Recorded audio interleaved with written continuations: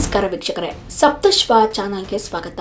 ನಮ್ ಸಮಾಜ ಎಲ್ಲಿಗೆ ಹೋಗ್ತಿದೆ ಎಂಬುದನ್ನು ನೋಡ್ತಾ ನಾವೆಲ್ಲ ಹತಾಶರಾಗ್ತಾ ಇದ್ದೇವೆ. ಯಾಕೊತ್ತಾ, ಗಂಡು ಹೆಣ್ಣನ್ನ ಸಾಯಿಸೋದು, ಹೆಣ್ಣು ಗಂಡನನ್ನ ಸಾಯಿಸೋದು ನೋಡ್ತಾ ಇದ್ದೇವೆ. ಅದರಲ್ಲೂ ಅನೈತಿಕ ಸಂಬಂಧಕ್ಕೆ ಅಗ್ನಿ ಸಾಕ್ಷಿಯಾಗಿ ಮದುವೆಯಾದಂತವರೇ ಸ್ವಲ್ಪನೂ ಕರುಣೆ ಇಲ್ಲದೆ ಸಾಯಿಸುವ ಘಟನೆಗಳು ನಮ್ಮ ಸಮಾಜದಲ್ಲಿ ದಿನೇ ದಿನೇ ತಾರಕಕ್ಕೇರಿದೆ. ಇನ್ನು ಈ ಮದುವೆಯಾಗಿ ಕೇವಲ 10 ದಿನಗಳ ಹಿಂದೆ ತಾಳಿ ಕಟ್ಟಿದ ಗಂಡನನ್ನೇ ಕೊಂದ ಪಾಪಿ ಹೆಂಡತಿ. ಹೌದು, ಇತ್ತೀಚೆಗೆ ನಡೆದಿರುವ ಪ್ರಕರಣ ಇದಾಗಿದೆ. 10 ದಿನಗಳ ಹಿಂದೆ ಮದುವೆ ಆದವರು ಇವರು. ತಮ್ಮ ತಾಳಿ ಕಟ್ಟಿದ ಗಂಡನನ್ನು ತಾನು ಮತ್ತು ತನ್ನ ಸ್ನೇಹಿತರೊಟ್ಟಿಗೆ ಸೇರಿ ಕೊಂದ ಪಾಪಿ ಹೆಂಡತಿ. ನಮ್ಮ ಸಮಾಜವು ತುಂಬಾ ಎಚ್ಚರ ವಹಿಸಬೇಕು. 36 ವರ್ಷದ ಪೂರ್ಣಿಮಾ ಮತ್ತು ಆಕೆಯ ಇಬ್ಬರು ಸ್ನೇಹಿತರಾದ ಪಾಲೇಟಿ ಮಹೇಶ್ ಮತ್ತು ಬುಕ್ಯ ಸಾಯಿ ಮೇಧಾಪಲ್ಲಿ ಪೊಲೀಸ್ ಠಾಣೆ ಮೆಟ್ಟಿಲೇರಿದ್ದಾರೆ. ಪತಿ ಅಶೋಕ್ ಖಾಸಗಿ ವಿಶ್ವವಿದ್ಯಾಲಯದಲ್ಲಿ ಕೆಲಸ ಮಾಡುತ್ತಿದ್ದ.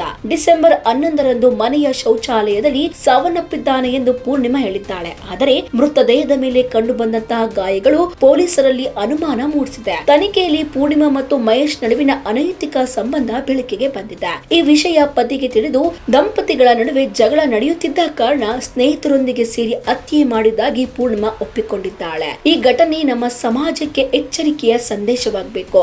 ಯಾವುದೇ ಮದುವೆ, ಸಂಬಂಧ ಅಥವಾ ವೈಯಕ್ತಿಕ ಸಮಸ್ಯೆ ಬೇರೆಯವರ ಪ್ರಾಣಕ್ಕೆ ಕುತ್ತು ತರುವಂತಿಲ್ಲ.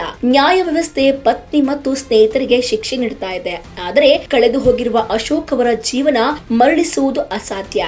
ಮುಂದಿನ ದಿನಗಳಲ್ಲಿ ಈ ರೀತಿಯ ಕ್ರೂರತೆಯಿಂದ ದೂರವಿರಬೇಕು. ನಮ್ಮ ಮುಂದಿನ ಪಾಠ, ಮದುವೆ ಎಂದರೆ ಕೇವಲ ಪ್ರೀತಿ, ಬದ್ಧತೆ, ಗೌರವ ಮಾತ್ರ. ಅದನ್ನು ಹೊರತುಪಡಿಸಿದರೆ ಅವರ ಪ್ರಾಣ ತೆಗೆಯುವ ಹಕ್ಕು ಯಾರಿಗೂ ಇರುವುದಿಲ್ಲ.